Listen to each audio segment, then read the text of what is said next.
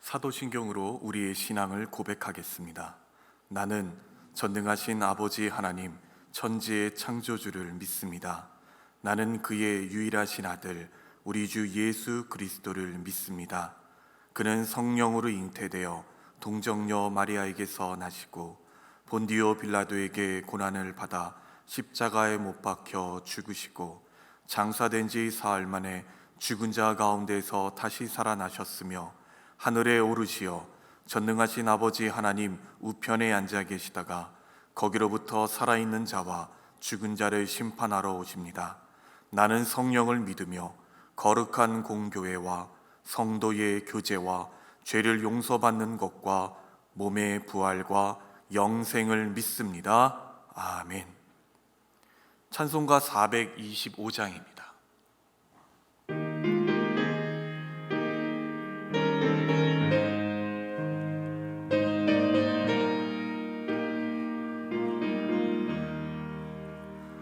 주님의 뜻을 이루소서. 고요한 중에 기다리니 진흙과 같은 날 빚으사 주님의 형상 만드소서. 주님의 뜻을 이루소서. 주님 발 앞에 엎드리니 나의 맘속을 살피시사 눈보다 희게 하옵소서. 주님의 뜻을 이루소서. 병들어 몸이 피곤할 때 권능의 손을 내게 펴사 강건케 하여 주옵소서. 주님의 뜻을 이루소서. 온전히 나를 주장하사 주님과 함께 동행함을 만민이 알게 하옵소서. 아멘. 하나님께서 오늘 우리에게 주시는 말씀은 구약성경 열왕기하 22장 11절로 16절의 말씀입니다. 열왕기하 22장 11절로 16절의 말씀을 우리 함께 번갈아 가면서 교독하시겠습니다. 왕이 율법책의 말을 듣자 곧 그의 옷을 찢으니라. 12절. 왕이 제사장 힐기야와 사반의 아들 아히감과 미가야의 아들 악볼과 서기관 사반과 왕의 시종 아사야에게 명령하여 이르되 너희는 가서 나와 백성과 온 유다를 위하여 이 발견한 책의 말씀에 대하여 여호와께 물으라. 우리 조상들이 이 책의 말씀을 듣지 아니하며 이 책에 우리를 위하여 기록된 모든 것을 행하지 아니하였으므로 여호와께서 우리에게 내리신 진노가 크도다. 이에 제사장 힐기야와 또 아히감과 악볼과 사반과 아사야가 여선지 훌다에게로 나아가니 그는 하라스의 손자 디과의 아들로서 예복을 주관하는 살룸의 아내라. 예루살렘 둘째 구역에 거주하였더라. 그들이 그와 더불어 말하매 훌다가 그들에게 이르되 이스라엘 하나님 여호와의 말씀이 너희는 너희를 내게 보낸 사람에게 말하기를 다같이 여호와의 말씀이 내가 이곳과 그 주민에게 재앙을 내리되 곧 유다 왕이 읽은 책의 모든 말대로 하리니. 아멘. 여러분, 바울 서신을 보면요 아주 특이한 법칙이 하나 있습니다. 그게 뭐냐면 마지막 부분에 말미에 많은 이름들이 나온다라는 거예요. 아마 다 느끼실 거예요. 바로 그 바울 목사님의 동역자들의 명단입니다. 그런데 그 중에서도요 로마서에는 아주 흥미로운 이름이 등장합니다. 말씀 한 구절 볼까요?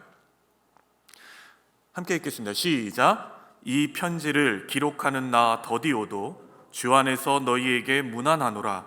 형제 구하도도 너희에게 문안하느니라. 여기에 보면 더디오, 말씀을 조금 압축하려고 더디오도 그리고 구하도도 이렇게 나와요. 그렇죠? 그런데 여러분 보세요. 이게 지금 로마서 마지막입니다. 이 편지를 기록하는 나 누구요? 더디오도. 이거 지금 로마서잖아요. 그렇죠? 여러분 이 더디오라는 이름은요 셋째라는 뜻이에요. 그리고 구하도라는 말은 넷째라는 뜻이에요. 셋째, 넷째. 여러분 좀 의아하지 않습니까? 아니 어떻게 사람 이름이 셋째, 넷째일까요? 아니 어떻게 해요? 왜냐하면 그들의 신분이 노예였기 때문이에요. 노예예요. 당시 로마 노예들은요 이름이 없었어요. 그러니까 로마 주인이 어떻게 했어요? 귀족이 야 1번 나와, 2번 나와, 3번 나와 이렇게 불렀던 거예요. 3번, 4번이에요 이름이. 아마 더디오와 구하도는요 청명한 지혜와 지식을 가진 노예였으리라는 생각이 듭니다. 그리고 그들이 예수님을 믿고 바울 사역의 동역자가 되었다라는 거예요. 여러분 당시 노예는 사람이 아니죠. 그렇죠. 근데 그런 사람이요 그 위대한 로마서를 대필했다라는 거예요. 여러분 이게 얼마나 대단한 이야기예요. 당시에는 아예 상상조차도 할 수 없었던 일이었을 거예요. 더디오는요 이 바울 목사님의 로마서를 대필한 사람이에요. 그리고 우리가 알다시피 바울은 육체에 가시가 있었어요. 근데 아마 한 개, 두 개는 아니었던 것 같아요.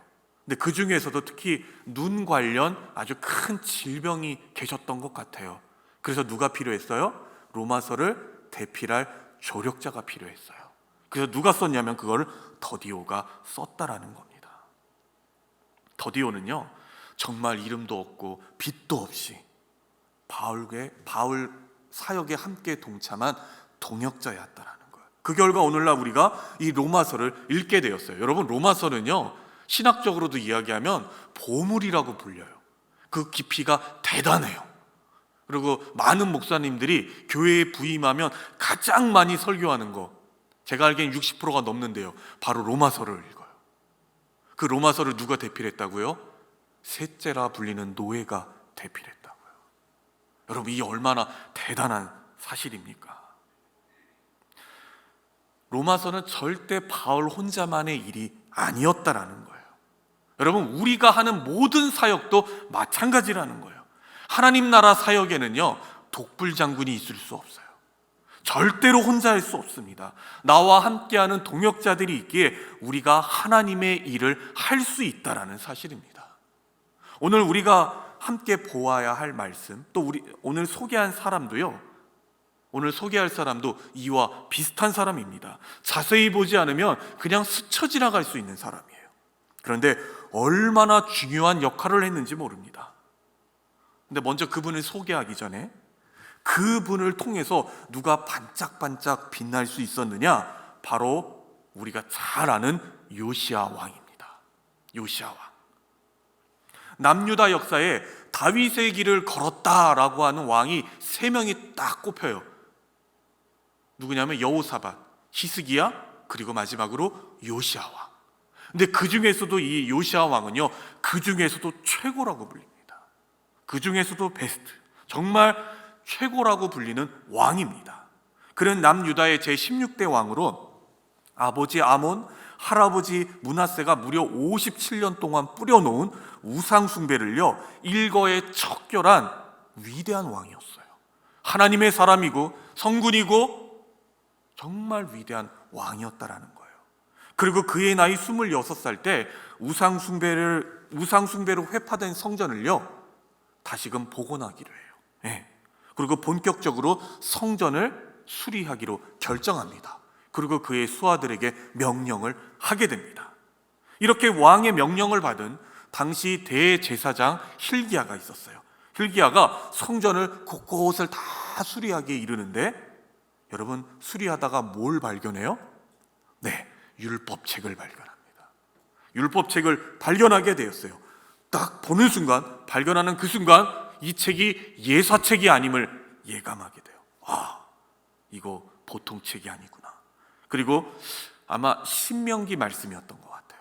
야, 이거 보통 말씀이 아니구나. 그래가지고 이 대제사장 hil기야가요, 서기관 사반에게 이걸 넘겨주고, 이 사반은 즉시 왕 앞에서 이 말씀을 큰 소리로 읽어주게 됩니다.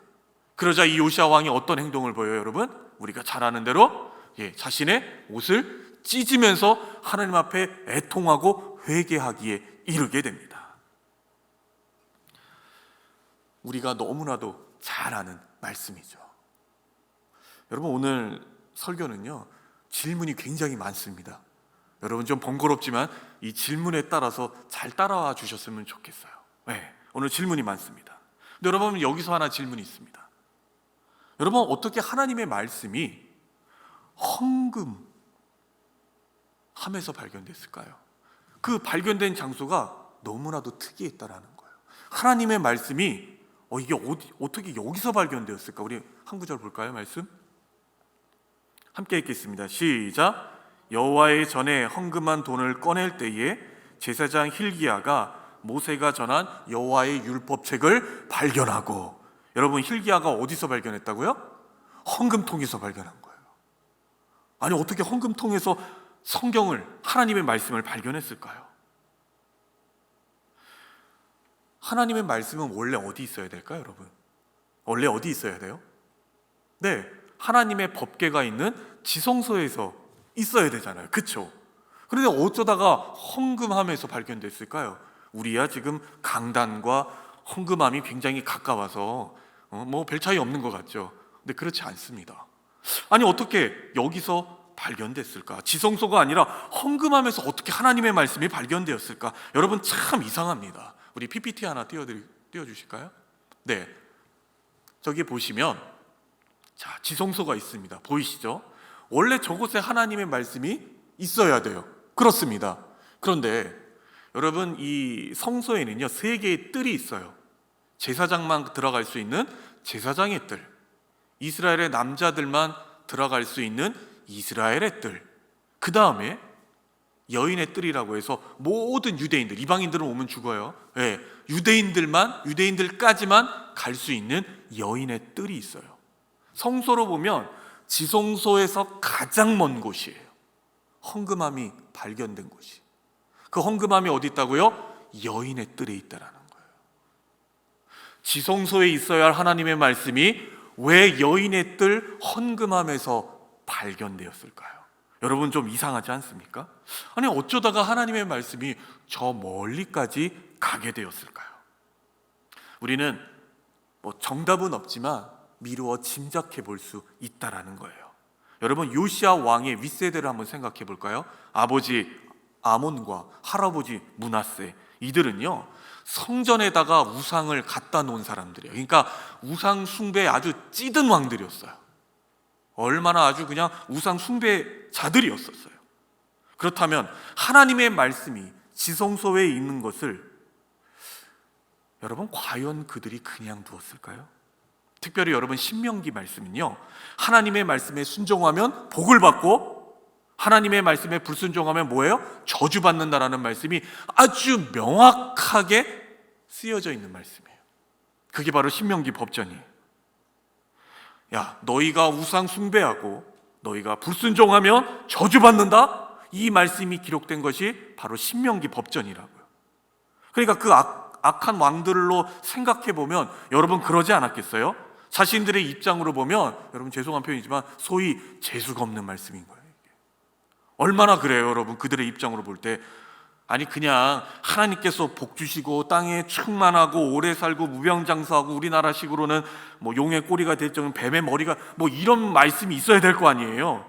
이런 말씀은 참 좋은데 우상 숭배하면 너네 저주받고 죽는다, 이런 말씀이 있는 거예요. 그러니까 그들의 입장에서 보면 이 말씀이 너무 싫을 수 있죠. 너무너무 싫을 거 아니에요. 그러니까 당시 제사장 입장으로 볼 때 그 왕들을 보면서 마음이 어떠했겠어요? 이들이 언제 이 말씀을 소각해 버릴런지 모르겠구나. 언제 이 말씀 없애버릴 수도 있겠다는 판단하에 하나님의 말씀을 급히 어디다 숨긴 거예요? 헌금통 밑에다 숨긴 거예요. 네. 충분히 설득력 있는 말이죠. 그런데 살아가는 성도 여러분, 이게 아몬 왕과 므낫세 왕 때에만 있는 일일까요? 그들만의 문제였을까요? 어쩌면요, 오늘날에도 지금 예배드리는 내 자신도 그럴 수도 있다는 거예요.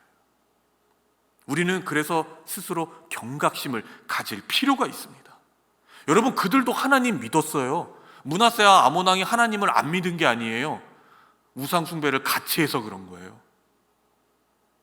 여러분, 어쩌면 우리에게도 그런 문제가 충분히 있을 수 있다는 거예요. 14세기의 한 필경사가요, 이런 책 서문에 이런 글을 남겼어요. 한번 띄워주시겠습니까? 예, 이렇게 써 있었어요. 조심하십시오. 당신의 애정과 기호에 따라 한 가지는 취하고 다른 것을 버리는 잘못을 범하지 않도록 조심하십시오. 그렇게 하면 이단자가 됩니다. 버리는 것 없이 취하십시오. 책 서문에 이렇게 써놨어요.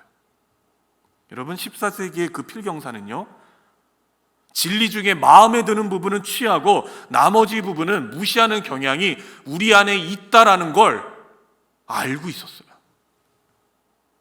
우리에게도 그런 경향이 있다라는 거예요. 소위 뭐예요? 하나님의 말씀을 취사 선택한다라는 거예요. 오늘 이 필경사가 뭐라고 그래요? 좋아하는 것만 가져가고 나머지를 무시하는 사람들 가리켜 여러분 뭐라고 그랬어요? 이단자라고 그랬어요. 이단. 여러분, 이단의 뜻이 뭡니까? 끝이 다르다라는 뜻이에요. 처음에 시작은 같았으나 끝이 다르다라는 말이에요. 여러분, 왜 그들이 끝이 달랐어요? 말씀을 취사 선택했기 때문이에요. 이 말씀은 나한테 되게 좋은 말씀이고 이 말씀은 별로야 라고 말해요. 여러분, 하나님께서는요, 우리가 달콤한 음식만 먹기를 바라지 않아요. 그렇게 사는 걸 원하지 않으세요. 반드시 그 배에서 쓰기도 해야 된다라는 거예요. 여러분, 우리가 아는 이단들은 거의 전부 다 선택과 무시의 기술을 사용해요. 요 말씀만 딱 가지고 와서 봐라, 예수님이 이랬다라는 식으로 교묘하게 해석하고 사람들을 미혹합니다. 그런데 여러분, 이게 오로지 이단들만의 문제가 아니라 우리의 문제일 수 있다라는 거예요. 그래서 스스로 깊이 살펴보셔야 된다는 거예요. 우리는 본능적으로 이단에 빠지기 쉬운 경향이 있습니다. 자신도 모르게요, 이런 덫에 걸려들 만큼. 그러니까 설교 말씀 중에 회개의 말씀은 너무 싫은 거예요. 말씀이 많이 불편해요. 아닌데요, 저는 정신이 번쩍 들어서 좋은데요 라고 물론 그러시죠. 충분히 또 그러시기도 하죠. 그러나 때때로 설교자가요, 정말 날카롭게 그 성도의 처한 상황의 죄를 적나라하게 표현할 때면 그것이 얼마나 불편한지 모릅니다. 심지어 나가시는 분도 계세요. 여러분, 혹시 지금 내 성경에 밑줄 친 부분을 잘 살펴보시기 바랍니다. 오로지 복받는 부분이나 오로지 위로받는 부분에만 밑줄 그어져 있지는 아니합니까? 하나님의 날카롭고 하나님이 우리를 때때로 징치하시는 부분엔 어떠합니까? 여러분들, 내가 혹시 하나님의 말씀을 편중해서 읽고 해석하고 있는 것은 아닌지 자신을 한번 돌아보시기 바랍니다. 우리는 하나님의 말씀을 취사 선택할 수 없습니다. 하나님의 말씀을 그대로 받아야만 합니다. 자, 다시 오늘 말씀으로 돌아와 보겠습니다. 그렇게 신명기 법전을 읽었습니다. 그리고 옷을 찢으며 애통해하는 요시야 왕. 그리고 그는 생각합니다. 오늘 발견한 이 하나님의 말씀에 좀 더 깊은 메시지가 있는 것은 아닐까. 상세히 알아보기 위해서 총 5명의 신하를 파견합니다. 오늘 우리가 읽은 말씀이죠. 그리고 이들은요, 바로 오늘 우리가 만나는 주인공 여선지자. 여러분, 구약에 딱 3명의 여자 선지자가 있어요. 누굴까요? 우리 지난번에 함께 공부했던 드보라, 그리고 모세의 누이 미리암, 그리고 오늘 주인공 훌다라고 하는 여선지자입니다. 그 5명은요, 이 여선지자 훌다를 찾아갑니다. 그리고 만나게 되었습니다. 그리고 여선지자이자 예언자인 훌다는요, 그들에게요, 아주 무시무시한 이른바 신탁의 말씀을 전하게 됩니다. 우리 함께 읽어보겠습니다. 이는 이 백성이 나를 버리고 다른 신에게 분향하며 그들의 손의 모든 행위로 나를 경노하게 하였음이라. 그러므로 내가 이곳을 향하여 내린 진노가 꺼지지 아니하리라 하라 하셨느니라. 엄청나게 무시무시한 말씀을 전합니다. 이곳의 진노가 꺼지지 아니하리라.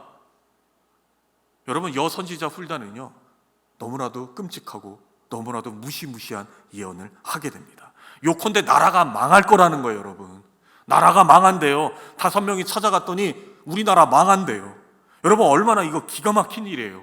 이 예언은 구체적으로요, 예루살렘 성전은 파괴되고 유다 백성들은 바벨론 제국의 포로가 돼서 끌려간다라고 하는 예언의 말씀이에요. 이 심판은 도저히 피할 수 없다라는 거예요. 여러분, 지금 이 훌다의 예언, 또 죄송해요, 이게 지금 재수가 있는 말씀입니까? 아닙니까?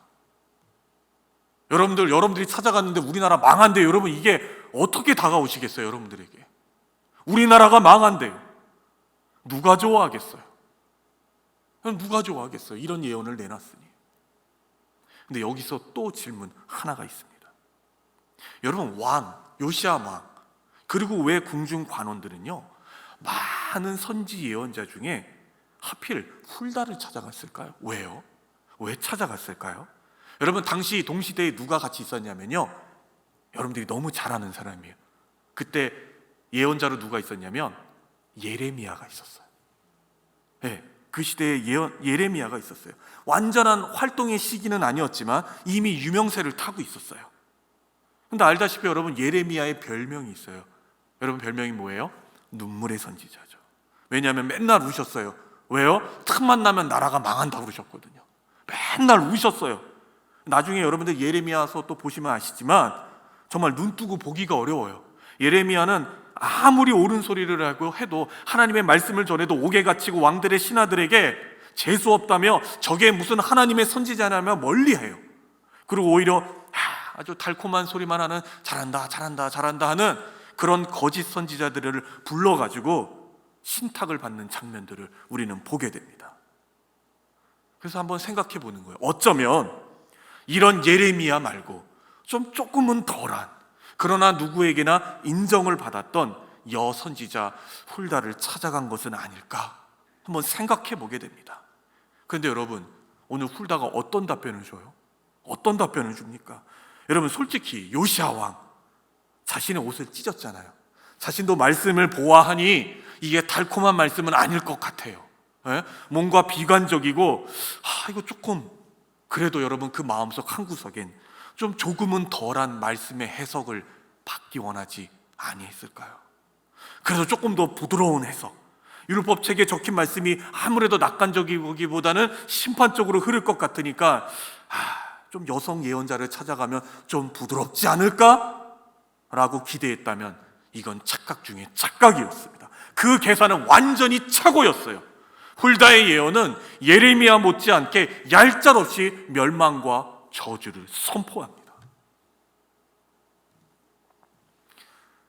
그런데 훌다의 입장에서는 이 말씀을 전하는 것이 여러분 쉬웠을까요? 그 마음은 또 어땠을까요? 이 사람들이요, 이 요시야 왕이요, 정말 대단한 성군이잖아요. 이런 위대한 왕이 없었잖아요. 그리고 그 아래에 5명 왕이 보낸 사람들이잖아요. 그러면 조금은 부드럽게 말할 수도 있잖아요. 조금은 아니요. 훌다는 하나님의 말씀을 그대로 선포합니다. 그러면서 어떤 말을 해요? 너희를 보낸 사람에게 가서 전하라, 이렇게 말해요. 왕이란 표현도 안 해요.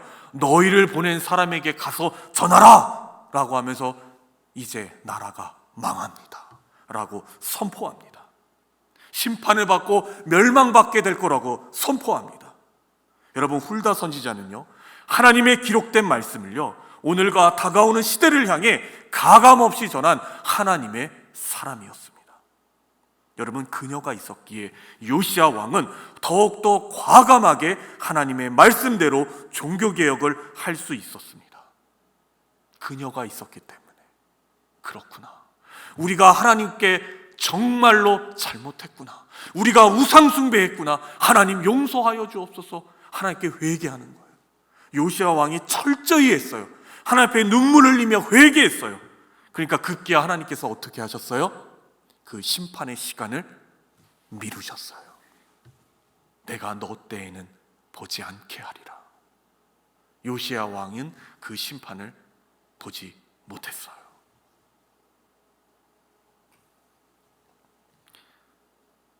하나님의 사람들입니다. 요시야 왕도 훌다 선지자도 참 하나님의 사람들이었습니다. 그런데 여기서요, 예언자, 우리가 예언자 훌다, 선지 예언자 할 때 예언이라고 하는 말의 의미를 조금 더 정확하게 살펴볼 필요가 있습니다. 우리가 확인해 봐야 돼요. 우리가 여러분들 흔히 생각하기를 예언자 그러면 여러분 어떤 생각이 듭니까? 예언자다 이러면 어떤 생각이 들으세요?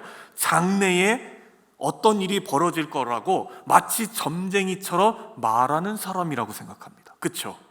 예언자 이러면 장래에 어떤 일이 벌어질 거라고 정확하게 말하는 사람. 근데 여러분, 성경 대부분은 전혀 그렇지 않습니다. 성경에선 예언자를 그렇게 말하지 않습니다.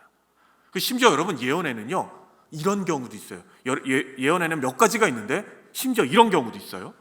하나님께서 예언하셨는데 반드시 맞으라고 예언한 게 아니에요. 이걸 이른바 반작용 예언이라고 그래요. 어떤 목사님이 이걸 반작용 예언이라고 표현하시는데 맞는 것 같아요. 하나님이 예언하셨는데 반드시 맞으라고 예언한 것이 아니라 어떻게 해요? 그렇게 되지 않도록 예언하시는 거예요. 가령 요나 선지자가 있어요. 여러분, 우리가 잘 아는 요나가 있어요. 니느웨에 가서 하나님께서 뭐라 그래요? 야, 니느웨 너네 망한다 이렇게 예언하라고 하셨어요. 니느웨에 갔어요. 요나가 가서 어떻게 해요? 그 성에 가서 선포해요. 여러분들 망합니다 이렇게 했는데 여러분 어떤 일이 벌어졌어요? 니느웨에 사람들이 나와가지고 회개해요. 자신의 옷을 찢고 죄를 날리며 하나님 앞에 통곡하고 회개합니다. 그러니까 또 어떤 일이 벌어져요? 하나님께서 용서해 주세요. 그러니까 요나가 또 어떤 반응을 일으켜요? 하나님 어떻게 이럴 수 있습니까? 막 소리를 지르잖아요. 분노하고. 그러니까 하나님이 또 뭐라 그러세요?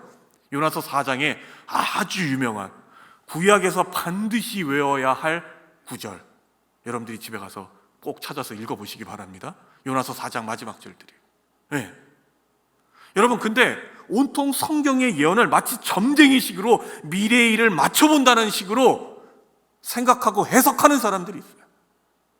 그렇게 착각하는 사람들이 있어요. 여러분, 그런 단체, 그런 사람들 그동안 얼마나 많이 봤어요. 지금도 있잖아요. 그들에게 빠져서 마치 삶을 노예처럼 살아가는 사람들 우리가 얼마든지 볼 수 있지 않습니까? 예언기도 받으러 다닌다고 하고. 제가 옛날에 미금역 쪽에서 사역하면 제가 거기 꼭 생각나는 게 미금역에 예언기도 한다는 아주 유명한 분 때문에 아주 제 내리에 늘 그냥 있어요. 거기 아주 유명했어요. 그래가지고 아주 용하다고 그래가지고 그 목사님한테 전부 다 예언기도 받으러 온다고 와가지고는 이사 날짜, 결혼 날짜, 제가 아는 청년 거기 가서 또 그 배우자 기도 거기서 받고 제가 얼마나 골머리를 하는지 모릅니다.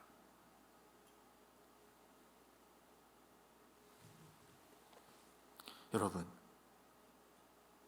죄송하지만요 오늘 예언자 훌다는요 그런 예언이 아닙니다. 아니에요. 예언, 신탁 이러면 여러분 무슨 웬 여사제가 막 나타나가지고 막 흰 연기 속에서 막 이러면서 흰 눈동자 보이고 그런 게 아니라고요. 전혀 아닙니다. 아닙니다. 여러분, 히브리어에 보면요 예언, 이 예언을 장래에 벌어질 일을 미리 말하는 것 아니에요. 히브리어로 그렇게 쓰여 있질 않아요. 예언이라는 의미가. 여러분, 예언이라고 하는 단어의 의미는요 띄워주시겠어요? 예언이라고 하는 그 전이죠. 네. 예언이라고 하는 말은 히브리어로 나바라고 하는데 맞다라는 뜻이에요. 맞다. 맡기었다. 그래서 내가 맡았다라는 뜻이에요. 이게 바로 예언의 뜻이에요.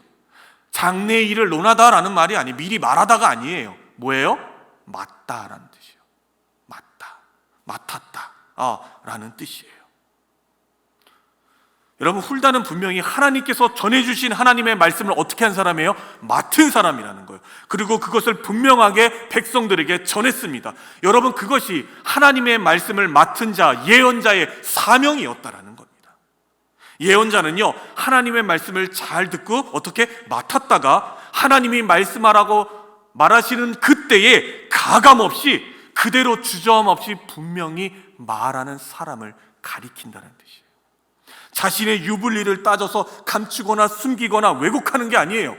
왕이 보낸 사람이니까 내가 조금 부드럽게 해석해줘야 되나. 아니요. 예언자는요, 하나님의 말씀을, 기록된 하나님의 말씀을 그대로 받았다가 가감없이 전하는 사람을 가리킨다는 겁니다. 그래서 우리가 잘 아는 눈물의 선지자 예레미야는 하나님의 말씀을 고지고대로 그대로 예언한 결과 어땠어요? 심한 고초와 그 곤욕을 한평생 당해야만 했습니다. 여러분, 선지 예언자 훌다에게는요, 어떤 신통방통한 예지력이나 신통력이 있어서 그런 게 아닙니다. 이미 쓰여진 하나님의 말씀을 가감없이 해석하여 자신에게 맡겨진 백성들에게 그 말씀을 전했다라는 사실입니다. 그런 의미에서 여러분, 예언자를 히브리어로 나비라고 불러요. 아마 많이 들어보셨을 거예요. 나비는 뭐예요? 점쟁이처럼 미리 말하는 사람이 아니라 하나님의 말씀을 맡았다가 대언하는 사람. 그래서 대언자라고 해석하시면 됩니다. 1992년 10월 28일 12시, 다가오는 미래, 다미선교회 이장님 씨가 얘기했죠. 우리 다 경험해 보셨잖아요. 저도 경험해 봤죠. 10월 28일 예수님 오신다고 난리 버거지를 쳤잖아요. 제가 아는 장로님도 자신의 사업체 다 팔아가지고 산으로 올라가서 흰옷 입고 예수님 오신다고 막. 여러분, 그때 그 많은 사람들이 왜 다 속았는지 아세요? 여러분, 왜 속았을까요? 그렇게 똑똑하신 분들이 말도 안 되는 그 일에 왜 속았습니까? 여러분, 그때 어떤 일이 벌어졌냐면, 전국적으로요, 어떤 일이 벌어졌냐면 몇몇 사람들, 아이들, 그리고 몇몇 사람들이요, 똑같은 시간에 환상을 봐요. 실제로요. 거짓말이 아니라 그들이 실제로 환상을 봐요. 계시를 받았는데 무슨 계시를 받았냐면 10월 28일 12시 예수님 오신다고. 그들이 전국에 따로 사는 사람들이 동시다발적으로 받았다고요. 그러니까 사람들이 어때요? 놀란 거예요. 와, 예수님 진짜 오시나 보다. 근데 제가 여러분들한테 여쭤볼게요. 이게 성경에 기록되어 있습니까? 없습니까? 없잖아요. 제가 이거는 내일 다시 좀 말씀드리겠지만 없어요. 없잖아요. 근데 여러분, 사람들이 속잖아요. 그러니까 마귀가 개입하기 얼마나 좋아요. 속이는 자, 거짓말하는 자라는 별명을 지닌 이 마귀가 어떻게 한 거예요? 영적으로 역사한 거죠. 그거 하나 못하겠어요. 그러니까 수많은 사람들이 다 엎어져 버렸어요. 또 2014년 12월 한반도에서 전쟁이 일어난다고 홍해선이라고 하는 사람이 난리가 났어요. 그래서 어떻게 했어요?